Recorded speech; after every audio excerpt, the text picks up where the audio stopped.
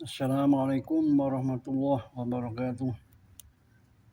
Bismillah, alhamdulillah, wassalatu wassalamu ala nabiyina Muhammadin nabiyil Mustafa wa ala alihi wa sahbihi wa mawalah. Pertama, mari kita panjatkan puji syukur kehadiran Allah Subhanahu wa taala yang pada siang ini kita diberi kesehatan. Baik saudara-saudara sekalian, pada siang ini kami akan mencoba membahas masalah Pancasila, apakah ada hubungannya dengan agama. Tentu saja Pancasila sebagai dasar negara berbangsa dan negara yang mempunyai nilai fundamental yang berdasarkan kearifan lokal, budaya, dan agama yang mayoritas Indonesia adalah masyarakat yang beragama. Tentu saja Pancasila dan agama seperti dua sisi mata uang yang tidak bisa dipisahkan, atau dalam bahasa lain, dalam ilmu filsafat disebut integrasi Pancasila dan agama. Keselarasan antara Pancasila dan Islam menjadi bukti bahwa kehidupan bernegara dan keberagamaan dapat berjalan secara harmonis. Ini bertujuan untuk bagaimana perasaan nilai prima Pancasila dalam kehidupan sehari-hari serta kaitannya dengan ajaran Islam. Baiklah, kita bahas dari sila pertama. Sila ketuhanan yang Maha Esa. Rumusan ketuhanan yang Maha Esa ini adalah suatu rumusan tentang kehidupan beragama yang pelaksanaan dalam kehidupan mengakui dan meyakini keberadaan Tuhan, menjalankan ibadah sesuai agama masing-masing, menghormati pemeluk agama lain, dan tidak memaksakan suatu agama kepada orang lain. Tentu ini kalau kita lihat dari sejarah bahwa ketuhanan yang Maha Esa dirumuskan setelah mengalami beberapa perdebatan. Karena pertama dirumuskan adalah dengan ada kata-kata berkewajiban menjalankan syariat Islam bagi pemeluknya.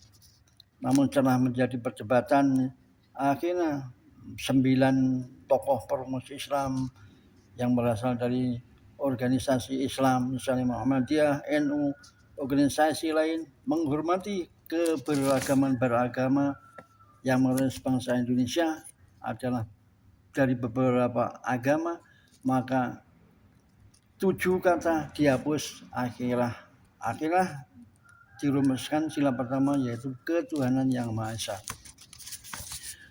Dalam Islam, hubungan antara dengan agama Islam, hubungan sila pertama dengan ajaran Islam sudah termaktub dalam Al-Quran, yaitu surat Al-Ikhlas. Katakanlah, wahai Muhammad, dialah yang Allah yang Maha Esa. Islam juga mengajarkan toleransi beragama. Dalam Al-Baqarah 256, tak ada paksaan dalam beragama. Dengan demikian, sila pertama sejalan dengan prinsip tauhid, toleransi, dan kebebasan beragama dalam Islam. Kalau kita saat ini mendengar moderasi beragama sangat cocok dengan Pancasila. Karena moderasi beragama adalah penganut agama yang moderat, yang tidak condong kiri dan terlalu condong kanan, yaitu pertengahan, sehingga selalu menghormati dari pihak lain yang tidak sama dengan apa yang diyakini seseorang. Itulah yang kita sebut moderasi beragama atau beragama yang moderat. Dan dalam Muhammadiyah ada istilah Darul Ahdi wa Musyahadah, yaitu prinsip-prinsip bahwa Indonesia adalah sebagai rumah untuk berjanji dan membuktikan. Maka dalam ibadah Muhammadiyah saat ini sangat pesat dalam kehidupan beragama dan bersosial, terutama dalam penyelenggaraan pendidikan. Kemudian kita bahas untuk ke sila yang kedua, kemanusiaan yang adil dan beradab. Rumusan kemanusiaan yang adil dan beradab dalam pelaksanaan kehidupan menghargai martabat setiap manusia, memperlakukan semua orang secara adil, mengembangkan budaya saling menghormati, menolak segala bentuk kekerasan dan diskriminasi. Hubungan dengan ajaran agama Islam menambahkan manusia sebagai makhluk yang paling mulia. Sungguh kami telah memuliakan anak cucu Adam. Surat Al-Isra 70.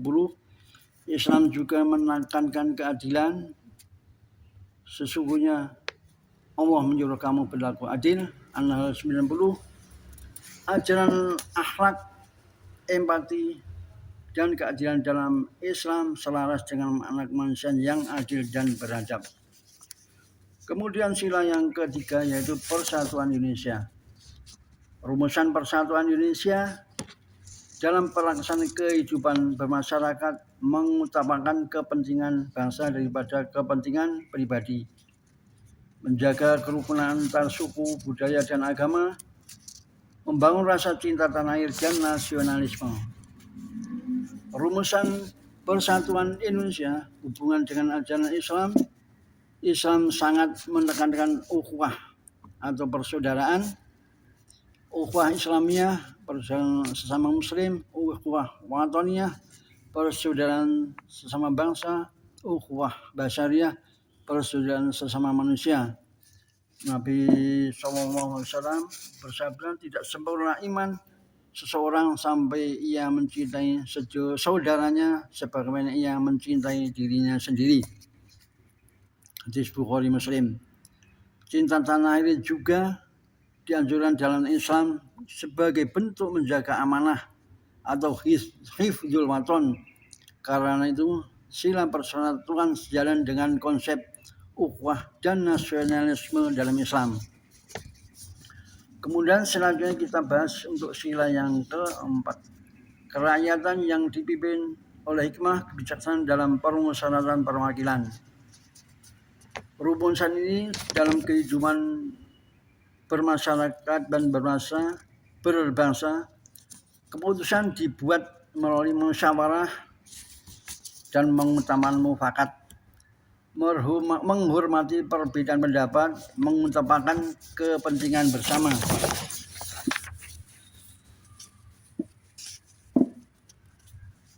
Dalam hubungan dengan ajaran agama Islam, konsep musyawarah merupakan nilai penting dalam Islam dan urusan mereka diputuskan dengan musyawarah antara mereka.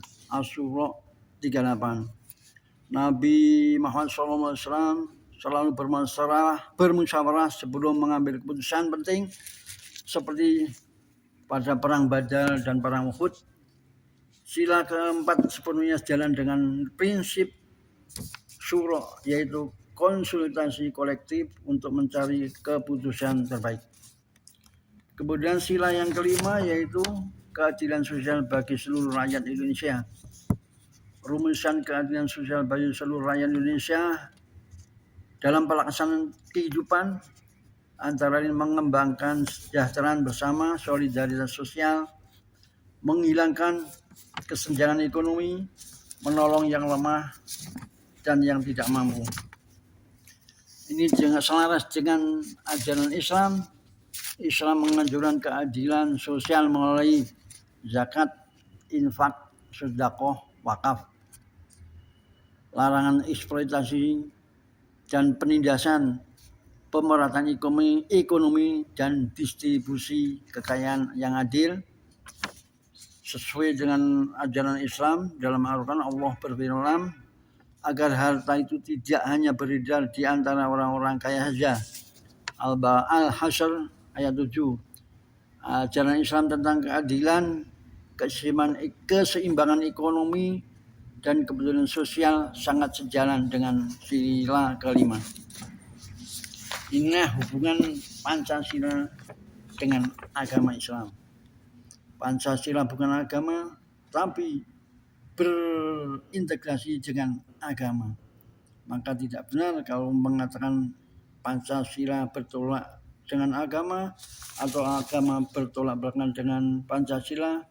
Maka ini adalah pernyataan yang benar, karena Pancasila sebagai dasar negara Indonesia memiliki nilai-nilai luhur yang tidak bertentangan dengan ajaran Islam.